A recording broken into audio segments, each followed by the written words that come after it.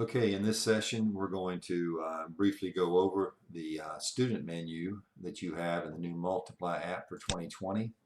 On the left side, if you click Students, you're going to see a list of students that will pop up that will depend on really what size or what level of leader authority you have. If you're a small group leader, you're only going to see students assigned to your small group. If you're a key leader or an admin, you will see all students in your group or in your entire youth group. You can change the number of views per page, or you can leave it at the smallest number and page through with the clicks right and left, as you see here. The other thing that you had the capability to do within this student menu at this point is this sort. This is a new feature this year. Click on any of these headers, and you can sort by last name. You can sort by group, so whatever group they're assigned to will go alpha. You can click by birth date, so if you wanted to get the youngest to oldest, you can do that as long as you're supporting that field with your data collection. You also have the capability of viewing records as you select them. So for James Smith, if I just want to look at what his individualized record looks like, by clicking on it, I get a picture if it's been loaded. I'll get all the data in a snapshot on this left panel over here, including his discipleship points earned through creative discipleship, the group that he's assigned to, and then this four-chair discipleship designation actually deals with his spiritual growth or maturity using the four-chair discipleship method that's in a book by Dan Spader. And we can talk about that in a little bit more detail in just a moment. This segment of the information screen gives you the call circle. And right now we can see that this is information that comes from our Full Circle curriculum in partnership with Dare to Share. So this is something where you would support it in your small group, having your students identify unsaved people that they're praying for, caring for, or sharing the gospel with. And that can be changed each and every week. On the right-hand side of the panel, you have the demographic information, birth date, school grade, address, and all the address appears in one string, so we're going to ask you to separate it by commas. Phone numbers. More information is designed for any favorites or anything additional that you might want to know about this student, like when you're trying to get to know him and you offer him opportunity to talk about his favorite candy bars, favorite movie, favorite artist, whatever. And then, of course, prayer requests is something that we will capture routinely, hopefully, in our small groups. And you can enter that on your phone app. You could also enter it in the web version of the Multiply app, which is where we are now. Obviously, if the parent information is missing, we would want small group leaders to try to get that.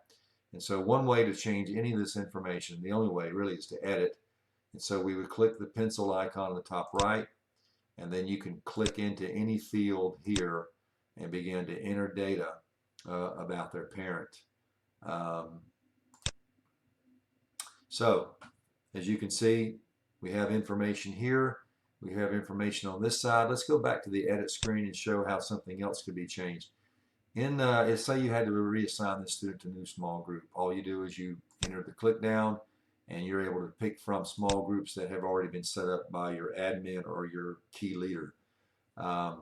Also, the four-chair discipleship we mentioned earlier.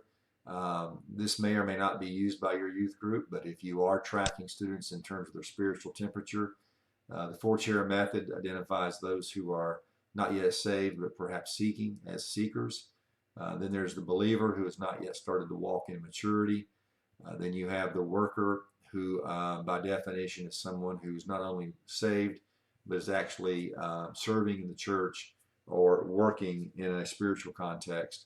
And then you have the disciple maker, somebody who is growing into a fully mature disciple who's making disciples.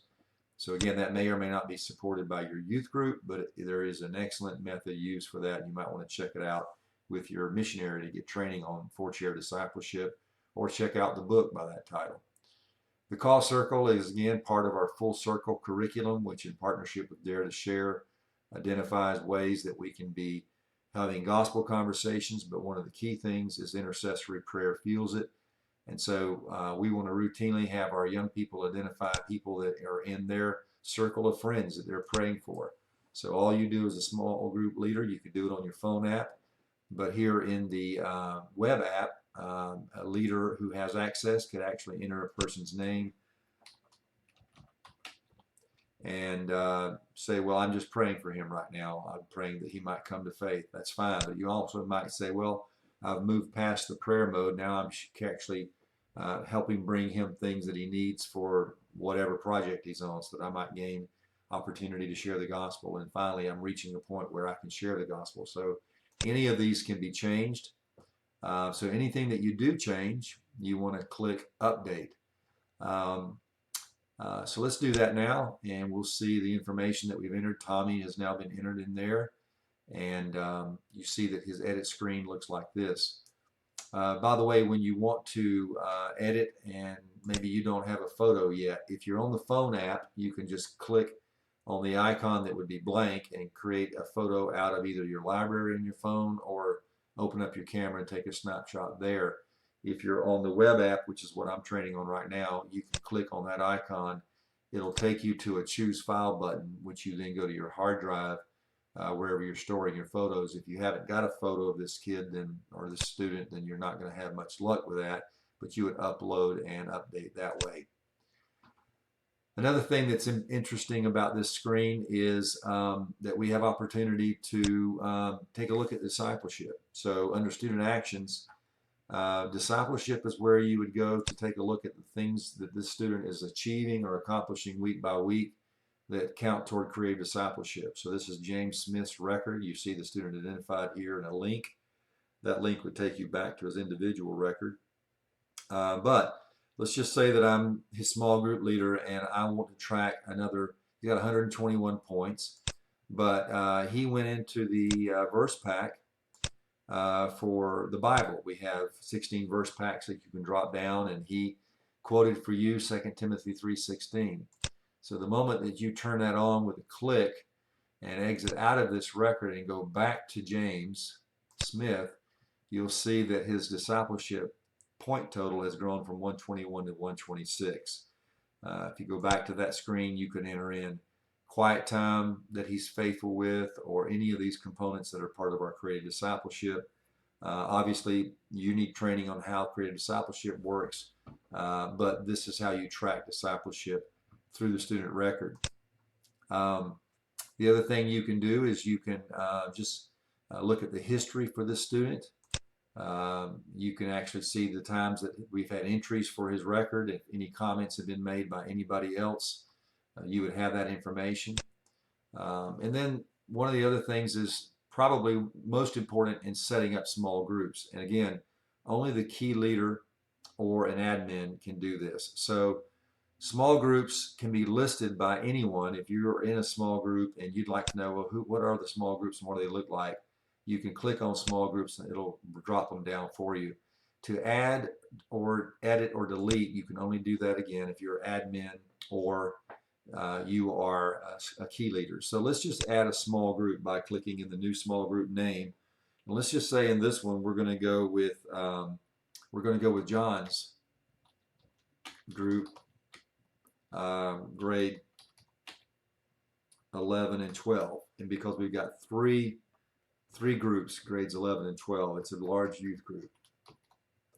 So once you create that, and you can only create in the web app, you cannot create small groups on the phone app. So once a small group is created, then of course it becomes possible for you to assign students to such small groups. So here's Peppy, and let's just go ahead and edit Peppy's record by going to the edit screen right here. And look, he's now in boys 7 through 8, but let's change him to John's group 11 through 12, just for the sake of argument. And let's update the student, and there you have him in John's group. Now when you take a look at students again, and you're looking at the large list, and you'd like to know who's in all of John's group, if you sort by small group, you will see that the only one in John's group is Peppy. So again, you have the view screen, takes a look at the entire record for that individual. Discipleship screen allows you to enter in points and achievements. Edit screen from this column allows you to change and edit the record. You could even delete if the student had somehow dropped out. Here I see a birth date that's not supported. This would be a great edit to add, and that would be important. So that's how you would go about editing. That's how you'd go about checking on small groups and adding small groups. And then, of course, if you have a new student enter in, you can add students from the web app by simply adding student and filling out the data requested. And of course, you want to complete it as much and thoroughly as possible. And once you do click the add student, you will have that student in your system. And finally, one other feature that's available on this screen as well is the attendance feature that we talked about when we talked about our dashboard. So in essence, when you take a look at all the different menus, attendance will always stay down here at the bottom below stats. So you can always, as a small group leader, click into the attendance button from any of these menus on the left, and you'll have the opportunity to find the student that you're looking for and create an attendance record for their attendance for that particular week. You end up having to drop down to the appropriate week that you're checking and then just click on that, and you can also go to their discipleship if you choose to do that. So that basically gives you opportunity to do small group check-in, attendance check-in from any screen in the app. So that's it for the student menu, and we'll carry on with another in just a moment.